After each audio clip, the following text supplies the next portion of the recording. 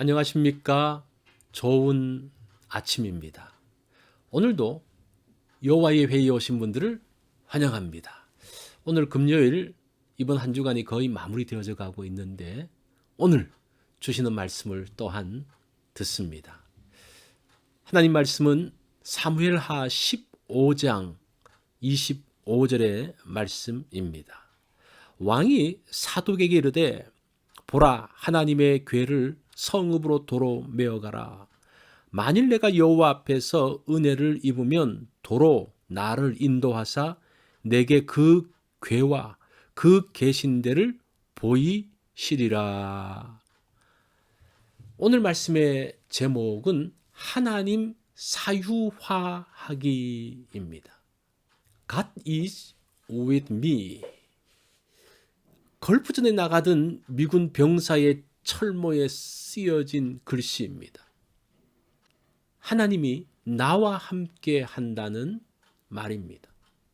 남북전쟁 당시에도 남군과 북군 모두가 하나님은 우리와 함께 하신다라고 말했습니다. 모두가 하나님을 자기 편으로 끌어들이려고 합니다. 그런데 하나님은 누구의 편도 아니십니다. 하나님께 속하는 사람이 하나님의 편입니다. 25절 말씀이 이제 그러한 것을 보여주고 있습니다. 왕이 사독에게 이르되 보라, 하나님의 궤를 성읍으로 도로 메어가라. 만일 내가 여호와 앞에서 은혜를 입으면 도로 나를 인도하사 내게 그 궤와 그 계신 데를 보이시리라. 압살롬의 공격으로 다윗은 피난을 떠납니다. 기드론 시내를 건너자 대제사장 사독과 레이지파가 하나님의 법궤를 준비해 놓고 기다리고 있었습니다. 이들은 하나님의 법궤를 메고 다윗과 함께 가려고 했습니다.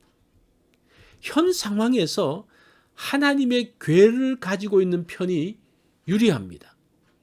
하나님의 궤를 가지고 있는 군대와 싸움한다는 것은 부담입니다. 일반 백성들도 하나님의 궤를 가진 편으로 마음이 끌릴 수밖에 없습니다. 누가 하나님의 궤를 가지고 있느냐는 아주 중요했습니다. 그래서 사독이 법궤를 가지고 다윗에게 나왔던 것입니다. 다윗은 하나님의 법궤를 원래 있던 예루살렘 성으로 모시라고 합니다. 누구도 하나님을 자신의 것으로 만들어서는 안 된다는 것을 알고 있었습니다. 하나님의 궤를 가지고 있다고 전쟁에서 승리하는 것이 아닙니다. 엘리의 아들 홈리와 비느하스는 법궤를 가지고도 전쟁에서 패했습니다. 하나님의 궤를 소유한다고 하나님이 그들의 편을 드는 것이 아닙니다. 다윗이 하나님의 법궤를 가지고 압살롬과 싸웠다면 압살롬 편에 선 군인들은 하나님의 궤로 인해서 갈등이 있었을 것입니다. 그들은 하나님의 궤를 대적했다는 자책감으로 힘들어했을 것입니다. 자신을 위해서 하나님의 궤를 이용하는 것이 범죄임을 다윗은 알았습니다. 하나님을 나의 것으로 사유화하려는 것은 잘못입니다. 내가 하나님의 축복을 주는 사람으로 말하는 것은 잘못입니다. 내가 하나님의 능력을 맡고 있는 사람으로 나타내는 것도 잘못입니다. 누구도 하나님을 사유화할 수 없습니다. 다른 목회자들처럼 저는 이런 능력이 없어서 고민했습니다. 병을 고치고 복을 나누어 주고 부흥을 만들어가는 그러한 능력이 없습니다. 카리스마를 가지고 사람들을 휘어잡는 능력도 없습니다. 하나님의 대리인으로 활동하는 사람이 부러울 뿐입니다. 다윗은 그렇게 할 수 있는 사람이었지만 절대 대리인의 행세를 하지 않았습니다. 하나님의 법궤를 자신이 모셔왔기에 자신이 소유해야 한다고 하지 않았습니다. 하나님은 원래 계시는 자리에 있어야 한다고 믿었습니다. 누구도 하나님을 주장하거나 사유화할 수 없기 때문입니다.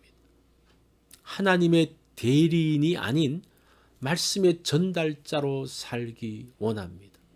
세례 요한처럼 주님을 준비하는 자로 살기 원합니다. 예수님이 오시면 요한은 무대 뒤편으로 사라집니다. 주님만 무대의 주인공으로 남아 계십니다. 하나님은 누구에게도 소속되지 않으십니다.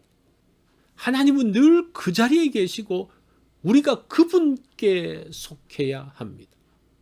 하나님의 대리인이 아닌 수종자로 서기 원합니다.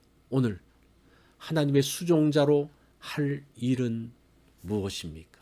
이것이 오늘 여호와의 회의에서 주신 말씀입니다.